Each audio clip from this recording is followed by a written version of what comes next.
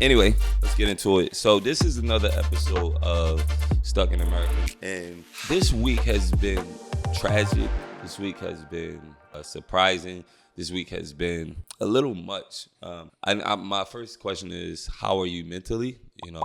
What are some of the things that you have experienced this week? What are some of the good things that you can focus on? Some of the good things that you may have not expected to happen, or whatever it is. But I'm Carlos. I'm Alos. Work on Instagram.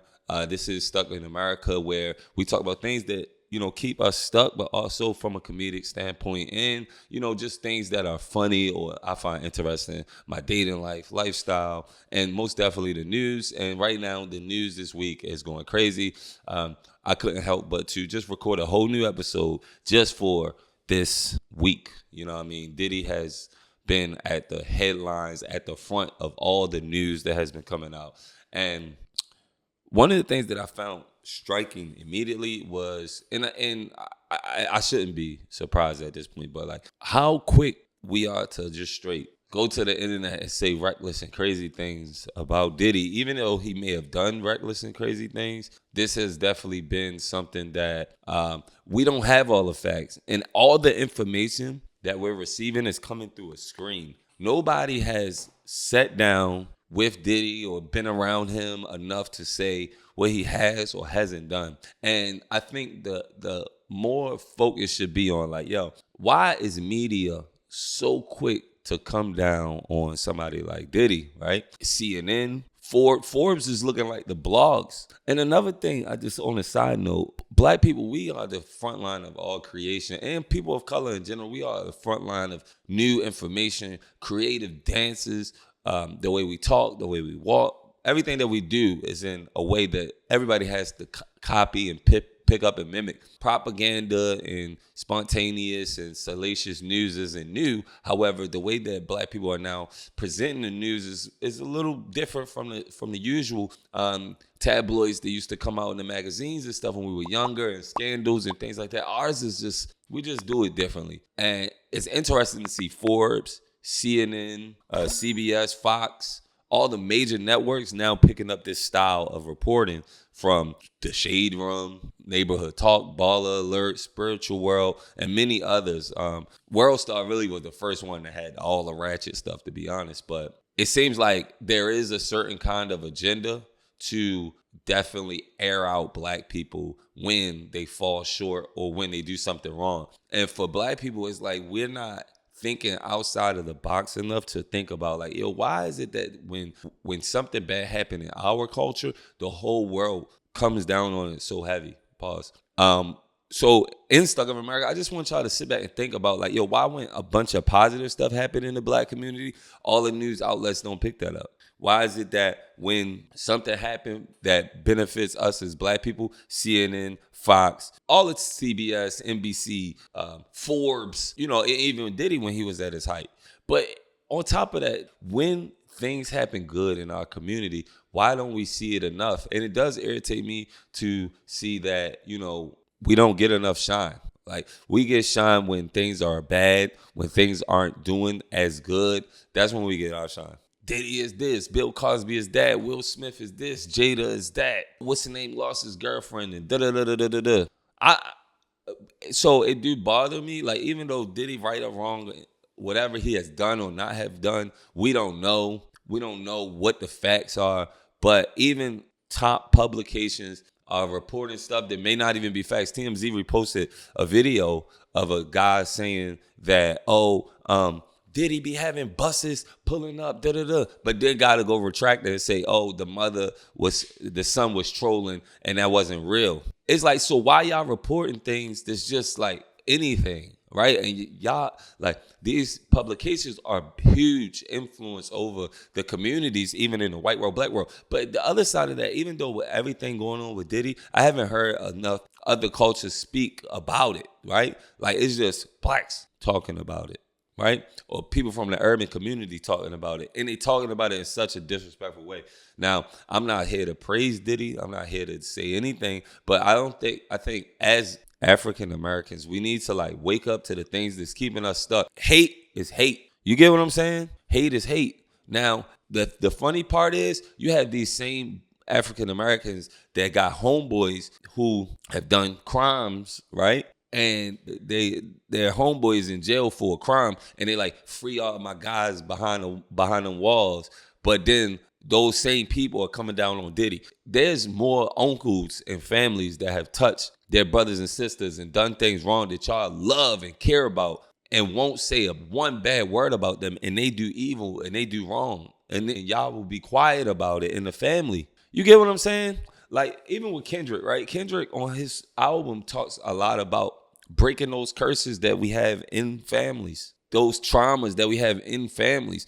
But how can you fix your trauma if you look at something that's happened with Diddy and, oh, you this, that. You can't even fix the traumas in your own life, but you are looking at somebody else's life and saying all the things that's wrong without fixing yours. I think that's a double damage, because behind people are saying things and doing things because they know what's going on in their own life. And instead of addressing things that's going on in their own life, they let it pile up and focus on the world outside. So my question is like, yo, when do we as a people recognize when it's time to be quiet in this moment? Let's just be quiet for a second, right?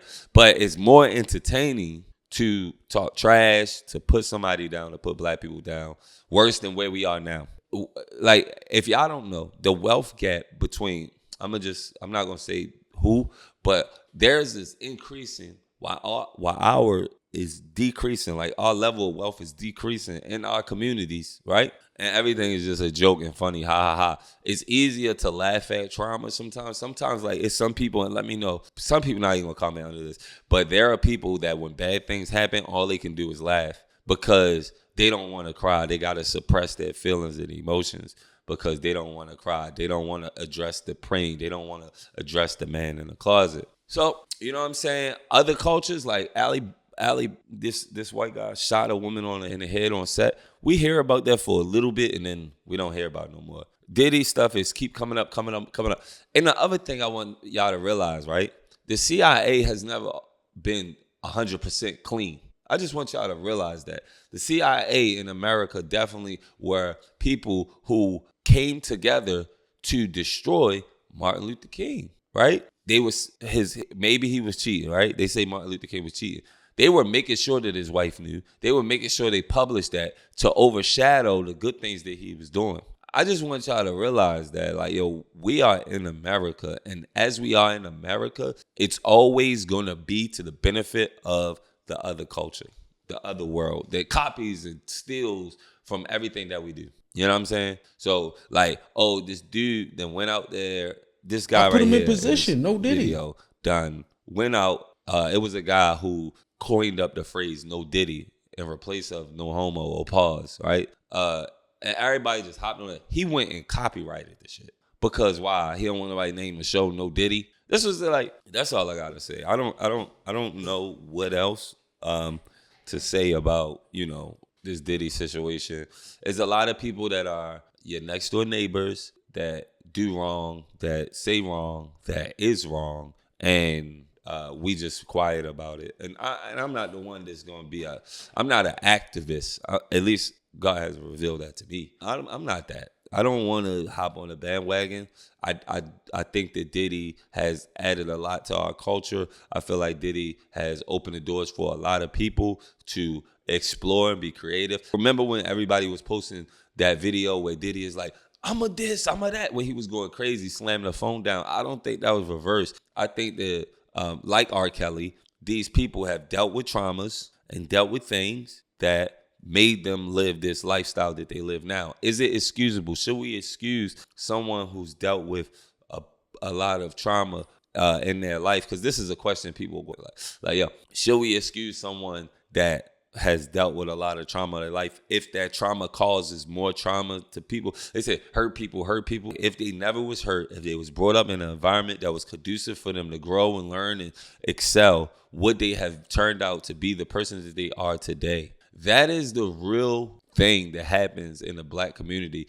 I don't know where you live at, right? I'm from Baltimore City, and And in Baltimore City, you go through so much trauma that automatically makes you defensive in other places, maybe where you shouldn't be. Makes you want to pull a trigger on somebody to protect yourself in an environment that's systematically built to destroy you. And people are not like James Brown got a song say it is what it is, and he got mind power, right? Mind power. In the song, he's like, yo, basically, these things that we're doing, right? Like he compared that Jesus had 12 fishes and 5 loaves of bread or something, and he divided them amongst the people, and it's a miracle. And James Brown was like, well, we're not in those days no more. We need to address things for what they are, because it is what it is. Now, James Brown was in the 70s, and now we're in 2024. And we going through the same things that we went through back then. Maybe this video ain't that entertaining. Maybe I ain't entertaining y'all today or whatever, maybe. But what is your opinion on this? Do you think that black people should learn to like be quiet about things that push down our community? Do you think that black people have the ability to learn how to stick together? I heard Charlamagne say that black people were not monolithic, and it's hard to get everybody on the same page because there was somebody talking about black people should get their vote together and vote for who we think benefits us. But he was saying like black people are not monolithic or whatever. But there is a lot of things. I'm sorry, we're monolithic, but where we can't agree on one thing for us to benefit all of us. Everybody has different opinions. So, you know, like we got Candace Owens, right? Which I listen to her content, and people that believe that Candace Owens is not for our good, but Candace Owens believes that she is for our good and she's for the benefit of the black man, and we don't need to all become Democratic. We should vote for Republicans or whatever because they are Christian values, because of this or because of that. But then you have black people that believe in Egyptology and all these other things. The whole point is, though, as black people, there are pockets where we should be able to come to agreement in some ways. Or locational, maybe black people should have votes, or maybe we should have multiple presidents. You know what I'm saying? Something, but they did make a system where we have our local election and we have our general election, and we have a local election and we have where we elect our president for the United States.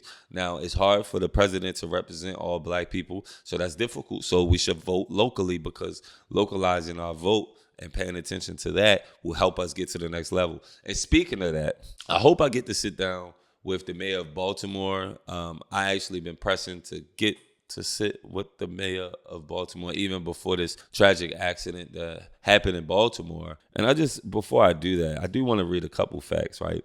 Some statistics, right? From 2017 to 2019, white families, their wealth increased by 8.1%, while black families, theirs decreased by 4.2%. And this is coming from some source, that in 2019, 22.1% of black Americans lived in poverty compared to 8.4% of white Americans.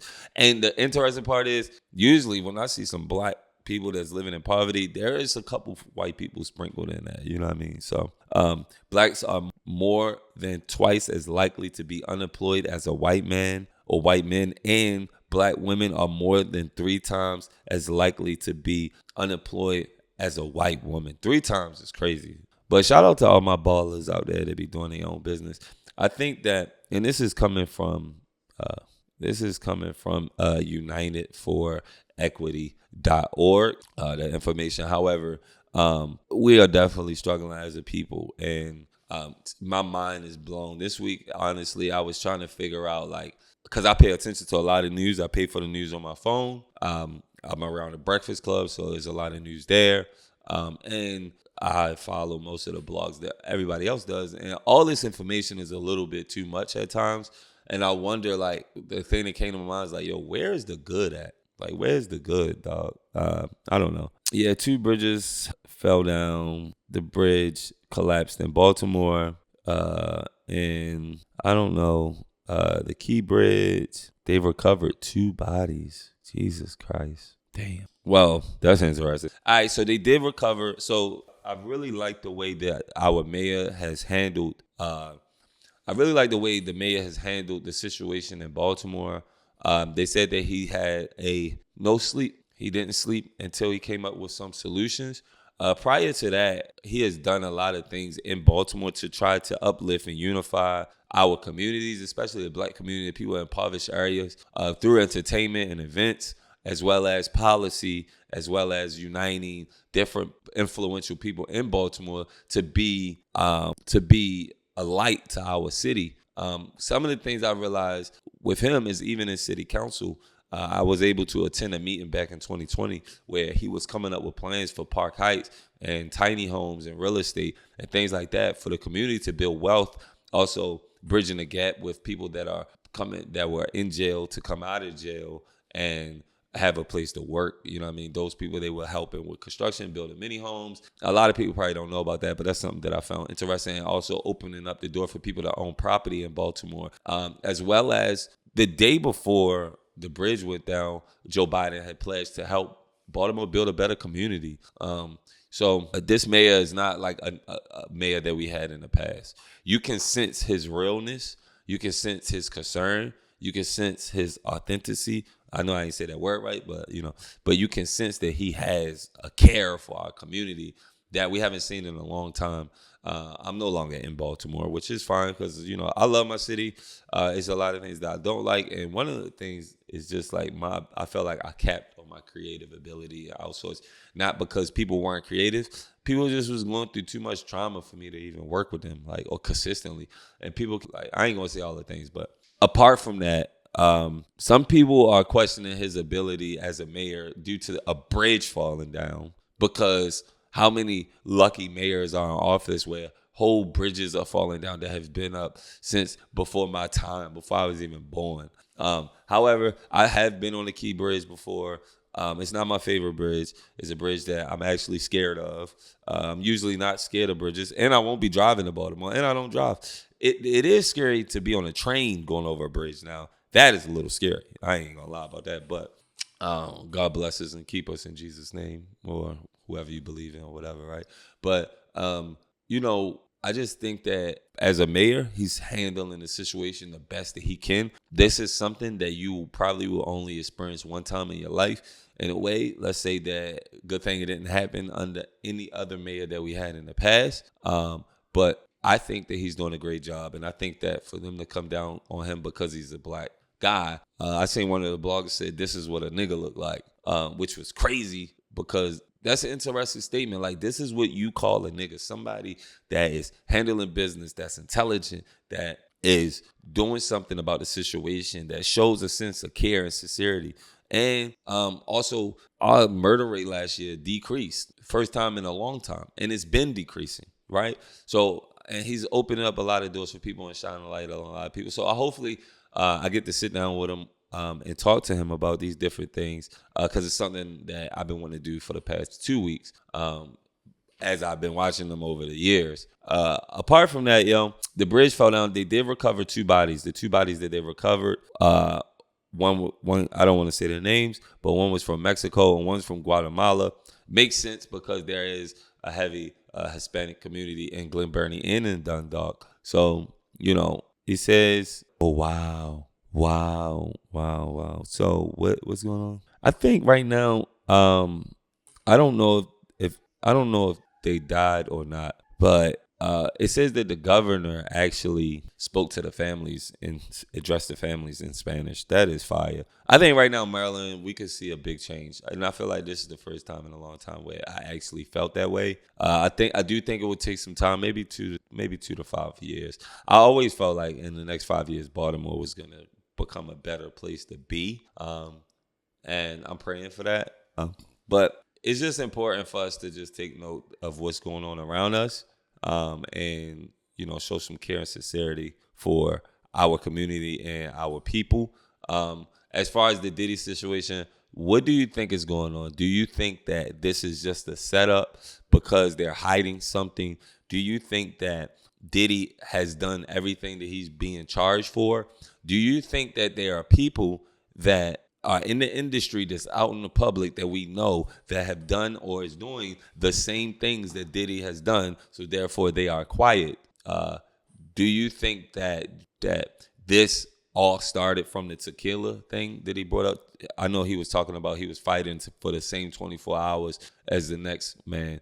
He said that in the Breakfast Club interview when he was there. He said that he was fighting for the same 24 hours, which I ain't gonna lie. I was there when Diddy was talking. I almost shed a tear because the way that he was talking about what he was up against really made me emotional, because I felt like coming from somewhere like Baltimore, coming from somewhere impoverished community, it's hard. Your 24 hours don't look the same. You got to deal with certain stuff that you shouldn't have to deal with as a young man, or you dealing with it because your dad or your mom wasn't able to deal with it when you were growing up. It's like years of trauma that you have to deal with on 24/7 basis, and then still do the work, still shine, still become what you need to become, still follow your purpose. So I'm not sticking up for Diddy. I don't know what Diddy has or hasn't done, what's a fact and what's not a fact. He hasn't been convicted. He did do a settlement with Cassidy, and I think he could have settled that before that came out, and maybe none of this would have happened,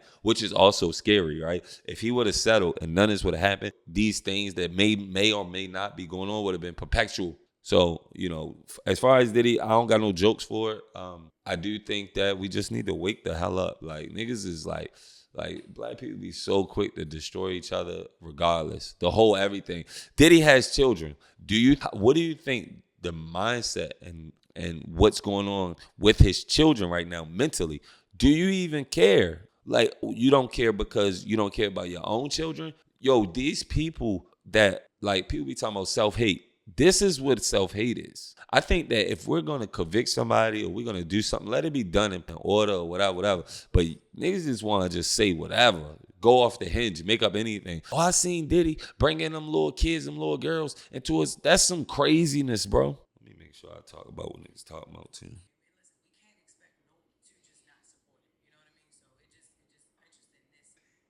This the other side though. It do sound like niggas couldn't wait for this to happen.